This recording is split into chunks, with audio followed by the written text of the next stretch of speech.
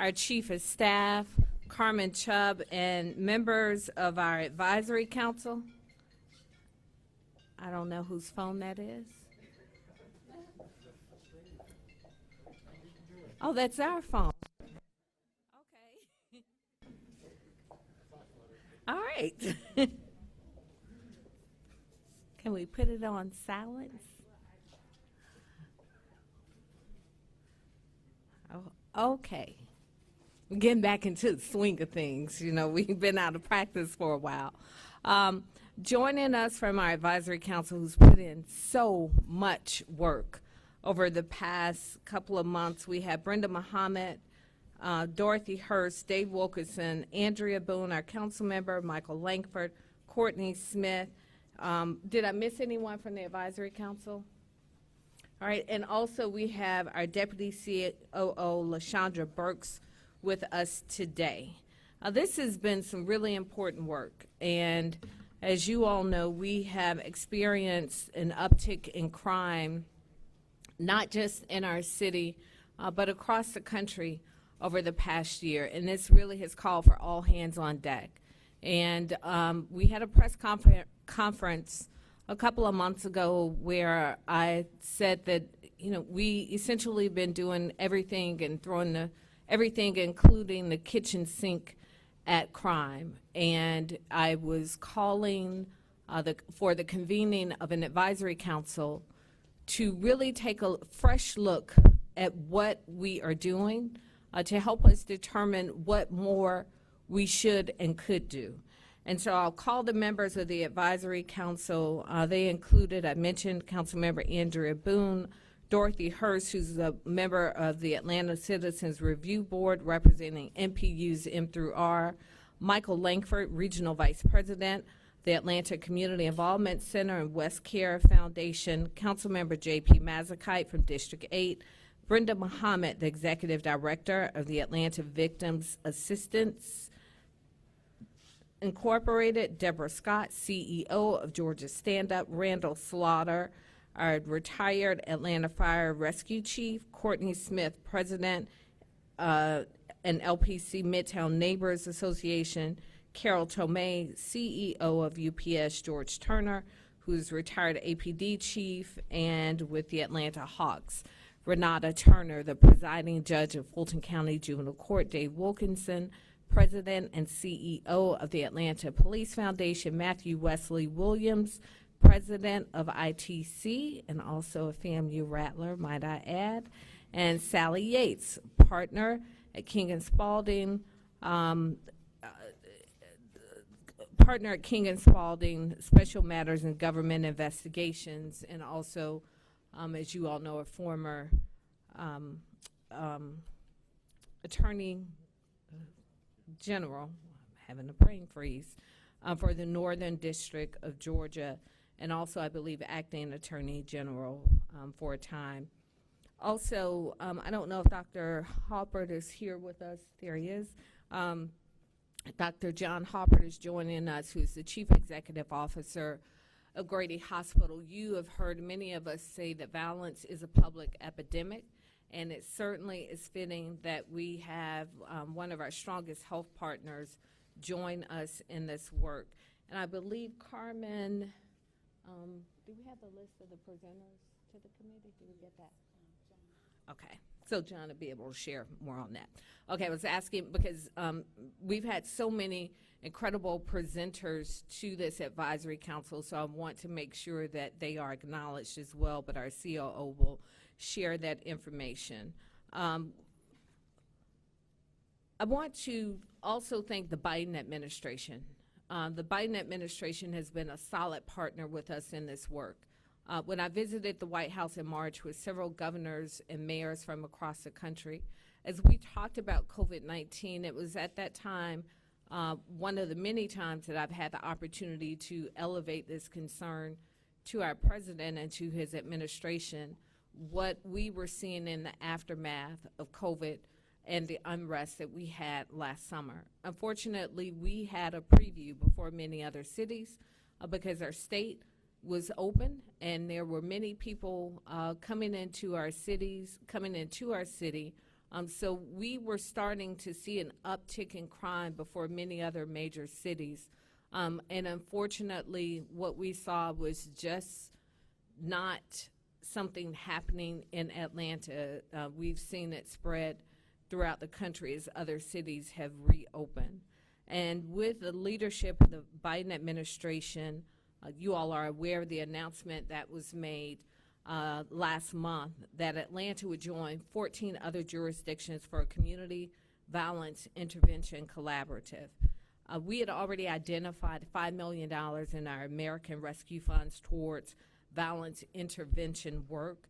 On yesterday, led by Ambassador Susan Rice and other members of the Biden administration, we had an opportunity to share not just with other mayors, but also with community leaders and partners who've been doing the real work in our communities in this area for a very long time. There was a pilot program in NPUV, which includes Adair Park, Mechanicsville, Peoplestown, Pittsburgh, Summerhill, and the Summerhill area, and it showed some really promising results. This program, this pilot program, Violence Intervention Program, Cure Violence, was implemented in 2020. It's still underway, but to date, police have seen about a 50% decrease in violent crime in the area, and so we know that it works. The data shows that it works. So we will be using our American Rescue Funds to begin with, expanding that program in the city, but also our advisory council has made some additional recommendations on how we can leverage those funds. So I will share more of this information with you. The advisory council evaluated 7 key initiatives led or coordinated by the mayor's office that are already underway, and 34 actions led or coordinated by the Atlanta Police Department. Overall, the advisory council believes that the city has a very broad crime strategy plan, but our efforts would be better focused if we really honed in on this strategy to specific locations and specific individuals who are most afflicted by crime. This framework will help determine where imminent violence crime reduction initiatives should be implemented and where they can have the most impact in reducing violent crime. And just a couple of things that I would share that struck me from this report that you all will also get a copy of. The Advisory Council looked at data. Roughly 70% of violent crimes defined as homicide, rape, aggravated assault, and robbery are committed by people between the ages of 25 and older. Youth under 16 years of age committed 10% of the violent crimes, and also the victims were similarly concentrated, with victims on average being between 20 and 29. We were able to determine in 46% of the homicides committed in the city the relationship between the victim and the perpetrator. Of the 46% where we were able to determine that relationship, the perpetrator knew the victim in 70% of the homicides. So this speaks to what Chief Bryan has said repeatedly about the need for conflict resolution in our communities. 90% of our homicides were caused by guns. APD has worked to address guns, seizing 939 weapons to date, year to date. And also, repeat offenders committed 18% of all felony cases adjudicated in Fulton County. Those are very sobering statistics. So based on the review of this data and the presentations that were made to the advisory committee, the advisory council made the following recommendations: to create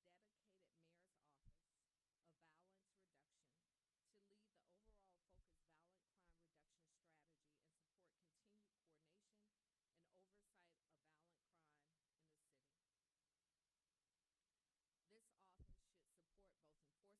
non-enforcement programs to continue and or begin critical initiatives with a clear focus on specific individuals most afflicted by violent crime. This will include public awareness campaigns to work with community stakeholders to build capacity and infrastructure in locations and neighborhoods experiencing violence, expand community violence intervention programs within targeted locations, partnering with institutions like Grady to help conflict mediation and resolution to reduce retaliatory violence. APD should continue working with communities to conduct security assessments and develop plans in targeted areas. Expand APD's repeat offender unit to track violent repeat offenders to ensure cases are properly adjudicated. Continue to increase the resources of the APD license and permit team to enhance nuisance property enforcement. These are the clubs that are operating after hours.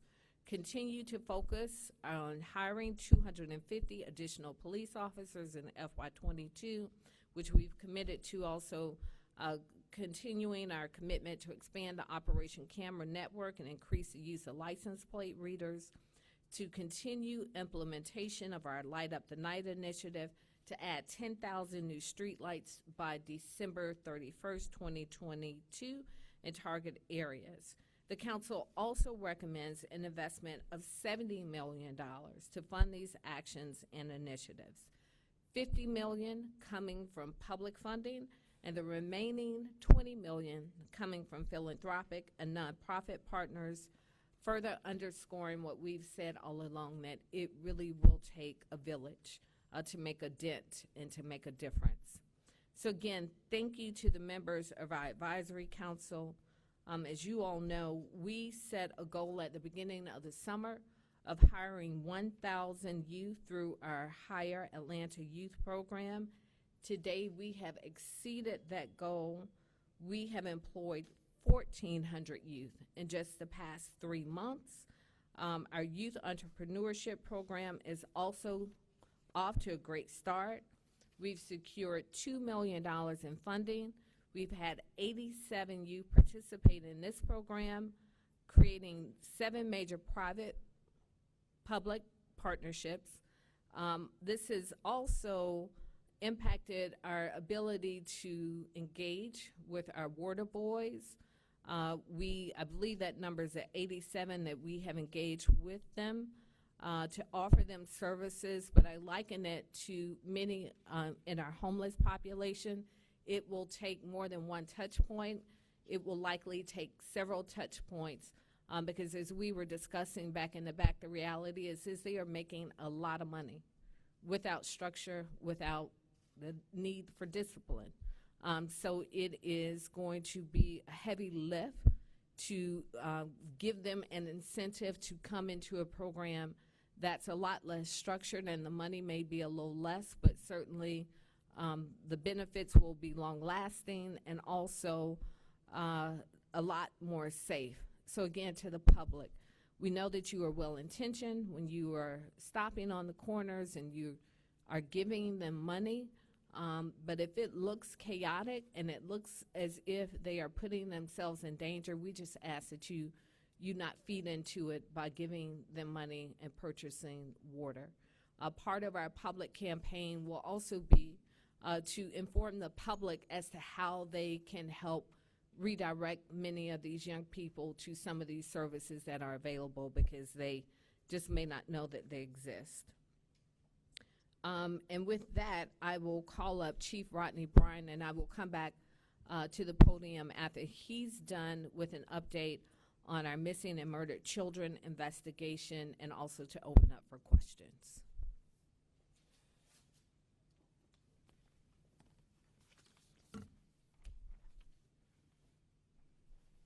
Good morning, and thank you, Mayor, for your leadership in convening this group that I think will give a lot of help and direction as it relates to us continuing to combat crime.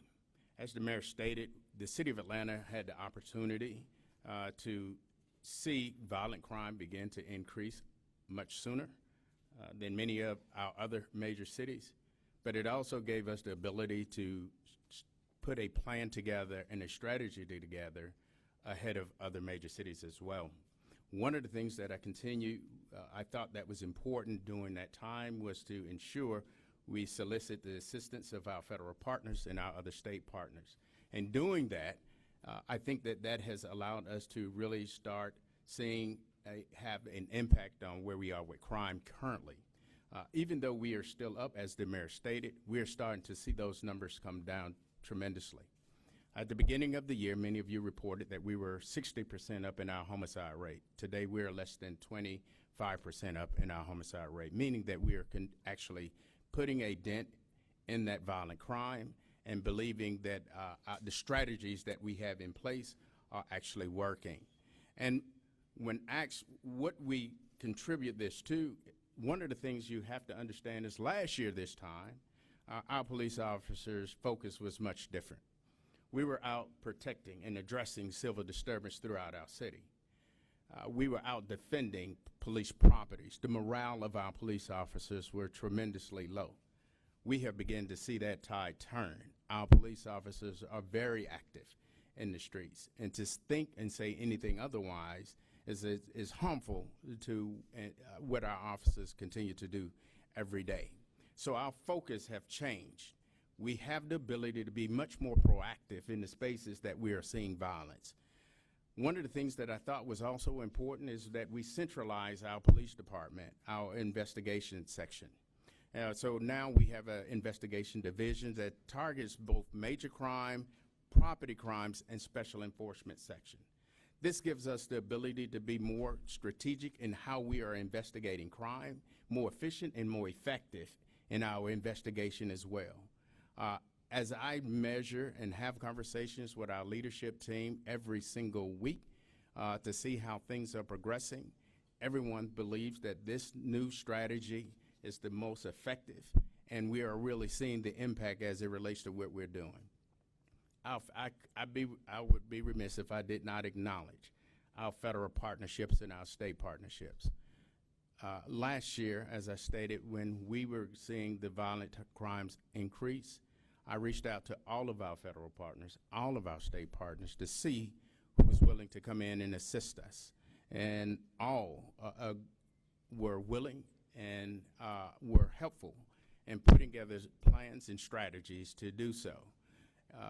The FBI, the DEA, the ATF, all have been phenomenal. Our state partner, Georgia State Patrol and GBI, have been very helpful as well. Our local partners, the Fulton County Sheriff's Office and the other municipality police officer departments, we all come together and speak regularly, understanding that the crime problem we're seeing is not an Atlanta problem. This is a regional problem that you can replicate throughout our nation. And so for the mayor to put together this task force, I think will be helpful. To support the idea of bringing on 250 police officers in the next year, and for us to be able to restructure what we're doing as it relates to background and recruitment, working with the Atlanta Police Foundation to come up with bonuses and strategies to bring in new applicants, I think is, again, forward thinking. As you all know, you could ride through our city and see billboards up for police departments and police agencies all around our city. And that's because of the climate that we're in. But again, the mayor's office and the support of the city council all are in board. And when I think that when you find all groups working for one cause, it allows us to get things done. And so I'm confident that we'll be able to reach that goal of 250. Operation Shield, our camera network, I think that for this task force to support that idea will be very helpful. The camera network system that we have in the city of Atlanta is bar none better than any that you'll find in this nation. It is very helpful. It gives us the ability to be in places that we cannot have police officers. But it also allows us to have phenomenal work as it relates to our investigation. And then our repeat offender coordination, expanding that. I think that's a wonderful idea, because what that does is it allows us to work with the other agencies, our state partners over at the county, the DA's office, bringing the courts in line for us to all really be targeted and focused on really having an impact on crime where we're seeing the problems that exist. And so, Mayor, again, I thank you for bringing this task force together, because it also allows us to bring in other, one of the things that when you read through this report, you will not see them say that there needs to be a level of increased police enforcement. And that's because I believe that the police officers are doing all that they can do. What it does says is that we bring in civic organizations, and we bring in nonprofit, and we bring in other entities to do non-enforcement in areas that we continue to see systemic problems. And so, with that being said, thank you, Madam Mayor, for your leadership. I'll turn it back over to you.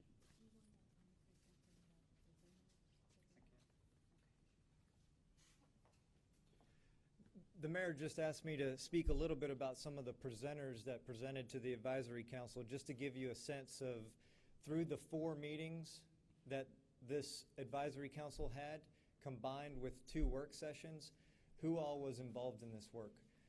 So in the first 4 meetings, and you'll see in the full report the specific topics that were discussed, we had a diverse array of staff members from the city, as well as some outside presenters, helping to make sure that people understood the variety of initiatives that were going on within the city, and help to bring about discussion and brainstorm on new ideas or initiatives to either expand or build upon what was already going on. In addition to that, we had 2 work sessions where we brought in outside experts or outside perspectives. The first was a youth panel where we brought together youth from different parts of the city to speak to their experiences as it relates to violence. And that was an incredibly impactful panel for the advisory council. Gave a lot of sense as to the challenges that they face and the ideas and things that we need to be doing as we move forward. The second work session was with an expert in anti-violence initiatives. This was an expert, his name's Thomas Apt. He works at the Council on Criminal Justice, and he's also been a senior official in the Department of Justice. He brought a very valuable evidence-informed perspective on what other cities and other states and what nationally has been proven to be effective. And so through all of those discussions, through those presentations, this advisory council was able to consider that as they ultimately put together this recommendations report. It's also worth noting, the question's been asked, our commitment to our officers. Today, our officers will see in their paychecks the final phase of increasing their pay, which was the commitment that we made to the pay increase, the largest pay increase, 30% in the history of APD. You know, we've talked about this. This year has been a challenging year across the country. But as Chief Bryan mentioned, if you've ever questioned our commitment from the administration standpoint and the commitment of our officers, you don't have to look any further than looking at the body cam footage of the shooting a couple of weeks ago in Midtown, where this officer, elevator door opens, someone opens fire, the officer is on the ground, and he still manages, after being shot twice, to be able to unload his weapon. And they never skipped a beat. So our officers are continuing to run into danger to protect us all. And this administration and me personally, I continue to be grateful for the sacrifices that they make each and every day, and will continue to do all we can do to support our officers. And there have been questions, and you know, it's interesting just how things get turned around, even discussions on defund the police and where I stood on that. We didn't pass that in Atlanta.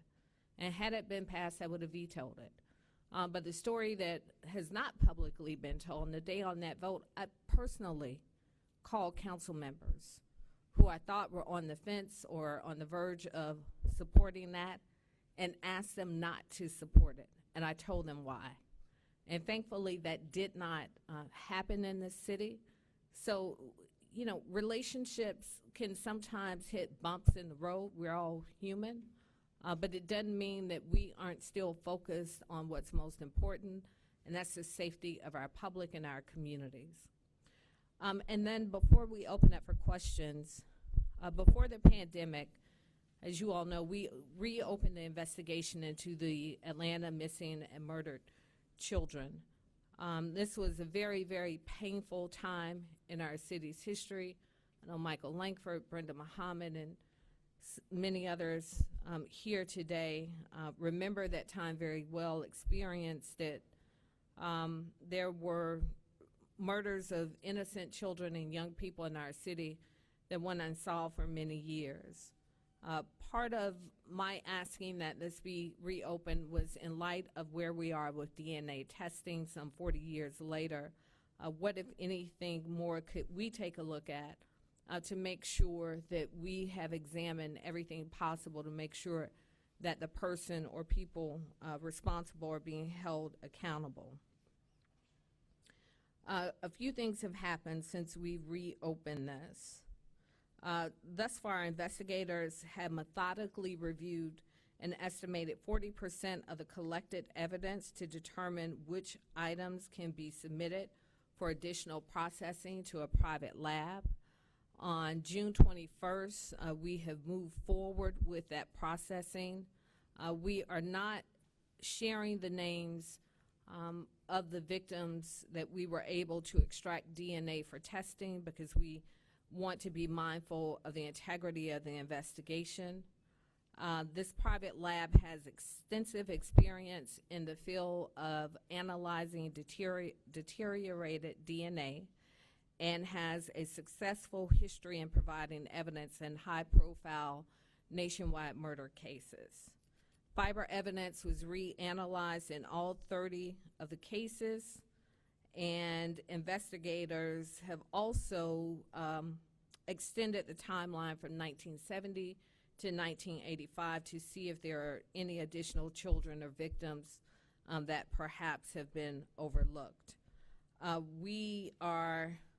I believe there are 2 cases, Chief Bryan can correct me if I'm wrong, that we have been able to send off DNA for additional analysis. So we certainly hope to have that information back over the next few months. Hopefully, before I leave office, I hope that we're able to get it back. But if not, I trust that whomever the next mayor is will keep this as a priority. And it's truly my hope that with the analysis of this additional DNA, that we can have some additional answers. Also, there is the art memorial that is now at Hartsville Jackson with portraits of all of the children.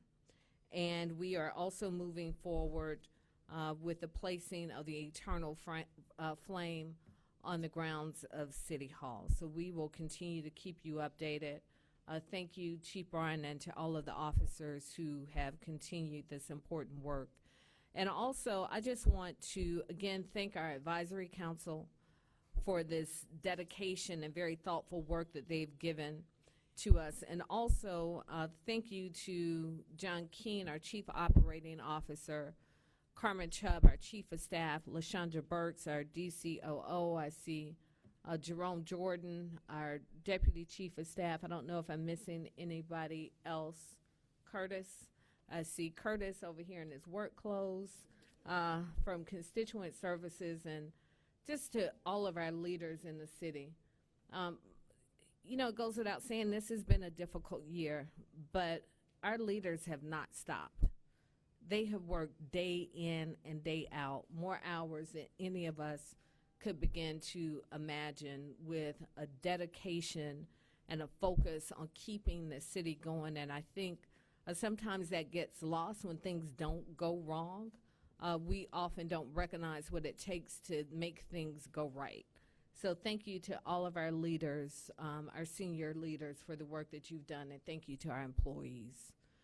So with that, I'll take any questions you may have.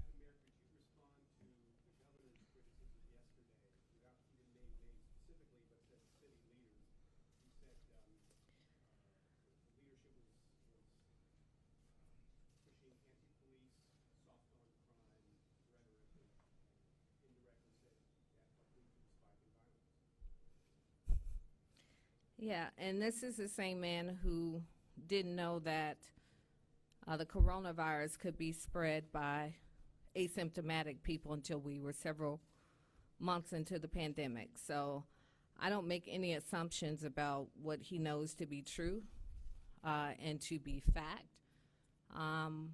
But it's election season. And I'm not the one who held a shotgun on a 14-year-old to show people that I was tough on crime. We've been doing the work. And it's unfortunate that we don't have the leadership and the partnership that we need. It's unfortunate that fingers are being pointed, and I believe he placed blame on city leadership for the metro area. I'm the mayor of Atlanta.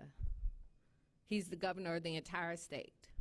So when I Googled this morning to look at crime stats for the state, when I got to the GBI website, maybe my phone's a little slow, I saw crime stats up to 2018.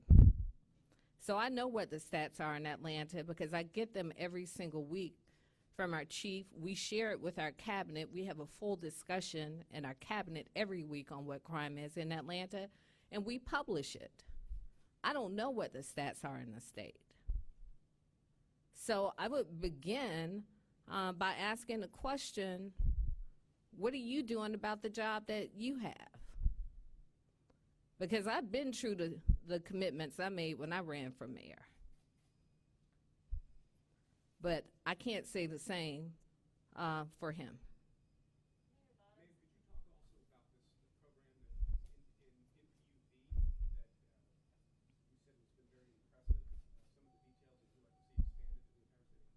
Yes, and I will let John give you more details on the Cure Violence program in MPUV. We have seen it was funded by the Annie E. Casey Foundation, private funds, also with the support of Chris 180, and it has given us the results that we really need throughout the city. So I will let John give more details on that.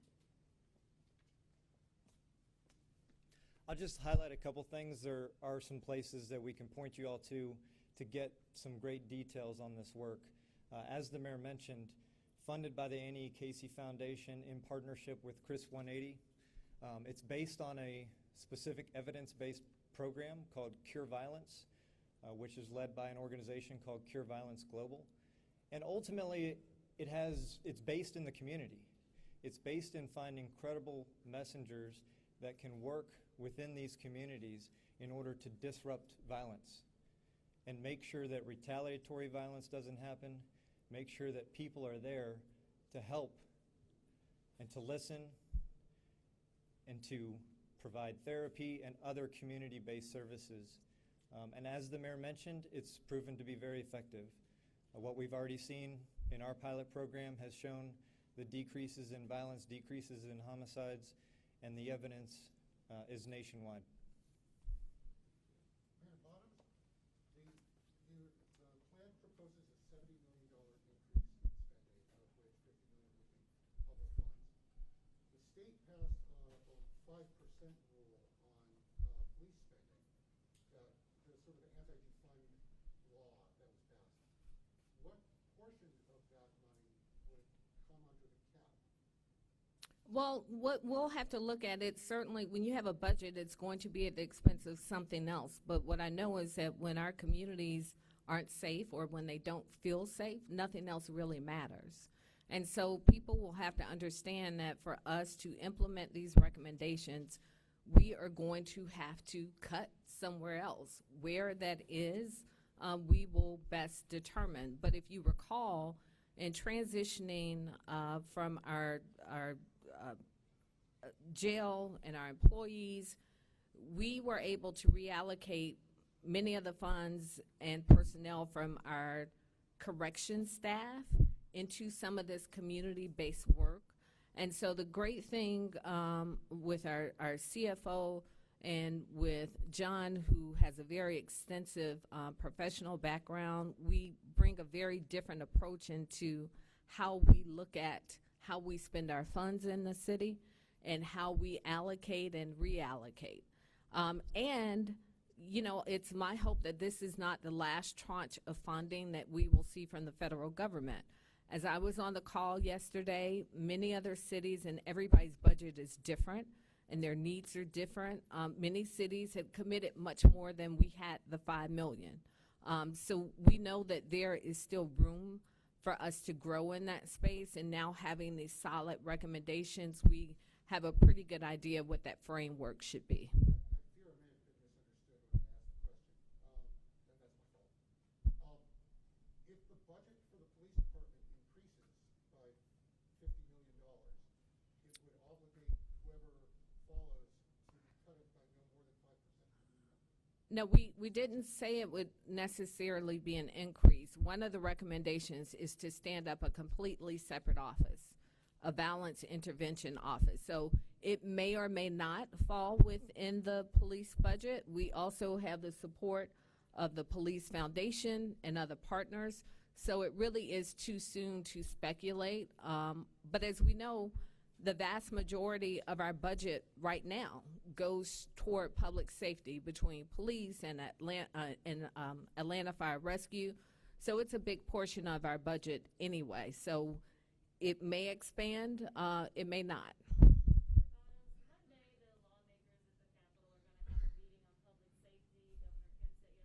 Governor Kemp said yesterday he's going to be testifying there. They mentioned they wanted to invite you to hear from you. Have they reached out yet? And what's your take on presenting to them about fighting crime? I'm not aware of an invitation. Jerome's shaking his head. Carmen's shaking her head. So I've not received an invitation to speak. You know, but as my mother says, you only have to tell the truth once. And the truth is this: we are committed to public safety in Atlanta. I've not had a discussion with the governor on what our needs are. So it's really interesting that he speaks to our shortcomings.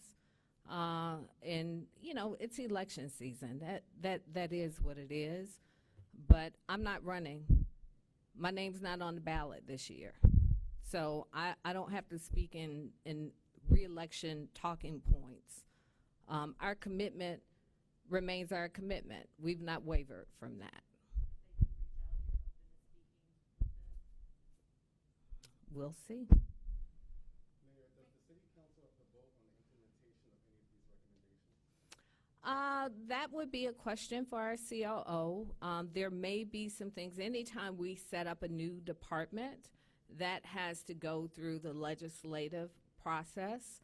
So I would expect there may be some things, and when we start reallocating budget money, and we had set forth some legislation before council on how we would spend our American Rescue Fund money. So if we make some reallocation of those funds, then certainly that's likely to have to go through council. And how will you measure the success and impact of these recommendations? We'll continue to see if our crime numbers are dropping. We've had a data-driven approach from day one. John, I mentioned John's professional experience. John came from Deloitte. So we're constantly looking at data and analyzing data. We're not pulling it out of the sky and coming up with nice sound bites on why things are working, why they aren't working. We're looking at data. And it is going to be extremely helpful, I believe, when we can drill down that data, with one of the recommendations being, let's get more specific, more focused geographically on where we are putting our efforts. So, you know, we have a lot of data, and I think we'll continue to get even more to tell us if we're headed in the right direction. And again, part of what's so wonderful about the support of the White House, we're getting technical assistance. I cannot stress to you enough what that means. We have almost 9,000 employees. We have a limited amount of resources and employees. But when you have the White House coming in and saying we are putting hands on deck and we are going to help you all with this, that goes a very long way. And we are very fortunate to be one of 15 cities who've been chosen to participate. And you've already exceeded your goal of hiring 1,000 young people through city programs. You said you hired 1,400 young people. Are you planning to track their progress in their life? And additionally, do you have a new benchmark for hiring young people? Yeah, this is, this is a commitment. So part of it, obviously, is putting them to work, getting money in their pockets, but the other part is staying engaged and also making sure that we're able to meet them at their point of need. I was really glad yesterday, I just signed off Mayor's Youth Scholarship Fund. How many are we giving out this year? Over 60 kids are getting at least $2,000 through the Mayor's Youth Scholarship Fund, or $2,000 per semester, $4,000 a year, up to $10,000 a year. So this is an ongoing commitment on our behalf. Ladies and gentlemen, we have time for 2 more questions. He's new.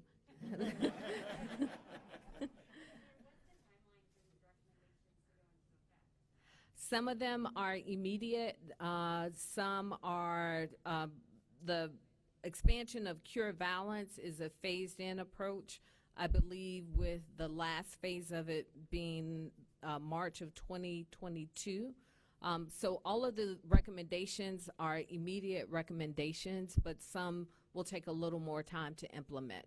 As you know, our commitment to the 250 officers goes through next fiscal year. The expansion of the camera network, I mentioned the light up expansion that goes through December of 2022. This is actually a question for the chief, if I could. KPD put out a warning today about scooter crimes. Put out video on Instagram, and I think it was 7 incidents. Do you have any updates on how the investigation is at this point? Yes, well, we are clearly working with the mayor's offices and ADOT as it relates to what we're seeing with scooters. We recognize that they're a problem. As much as they are a convenience for some, they're problematic for us. And so we are continuing to work with those entities to see how we can better police what's going on as it relates to utilizing scooters and crime. As your question is where we are with the investigation, they continue to be ongoing. We continue to solicit the information from the community on anything that they have as it relates to crime. But right now, those all are still ongoing investigations. Sorry, that's the last question. Thank you, everybody, for your attendance today. Thank you. We like the new guy. All right.